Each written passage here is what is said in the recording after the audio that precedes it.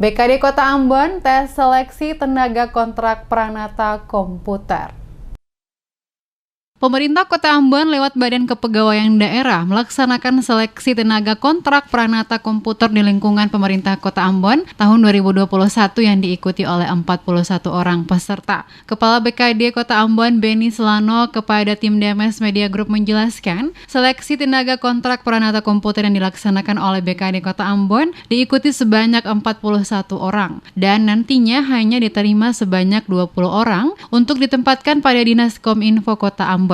Seleksi tenaga kontrak Pranata Komputer yang dilaksanakan ini, kata Selano, dilakukan secara terbuka guna menepis tanggapan masyarakat bahwa seleksi penerimaan tenaga kontrak oleh Pemkot Ambon nantinya lolos dan diangkat menjadi tenaga kontrak bukan asal-asalan tapi melalui seleksi yang ketat. Oleh karena itu, BKD Kota Ambon telah berkoordinasi dengan tim yang diambil dari UGM Yogyakarta, di mana nantinya seluruh hasil tes dari para peserta akan dikirim untuk dilakukan pemeriksaan guna mendapatkan hasil yang benar-benar maksimal sesuai kebutuhan pemerintah Kota Ambon pada Dinas Kominfo Kota Ambon. Disinggung soal pengumuman hasil seleksi, Selano mengatakan pihaknya belum dapat memastikan waktunya yang pasti karena masih ada seleksi tahap kedua meliputi kedisiplinan, mentalitas, serta performa. Diharapkan nantinya mereka yang dinyatakan lolos dapat bekerja menjalankan tugas dengan baik sesuai bidang keilmuan yang dimiliki dari masing-masing saat penempatan tugas pada Dinas Kominfo Kota Ambon.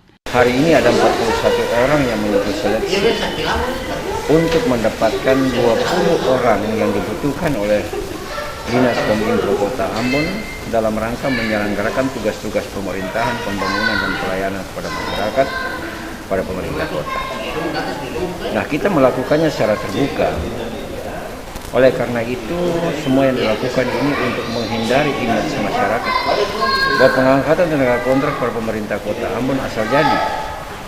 Nah, kita lakukan secara terbuka dengan maksud supaya menghilangkan image tadi, dan kemudian yang terutama adalah mendapatkan tenaga-tenaga IT yang memang profesional, yang memiliki kemampuan pendidikan, yang memiliki kemampuan kerja, dan memiliki wawasan yang luas untuk pengembangan.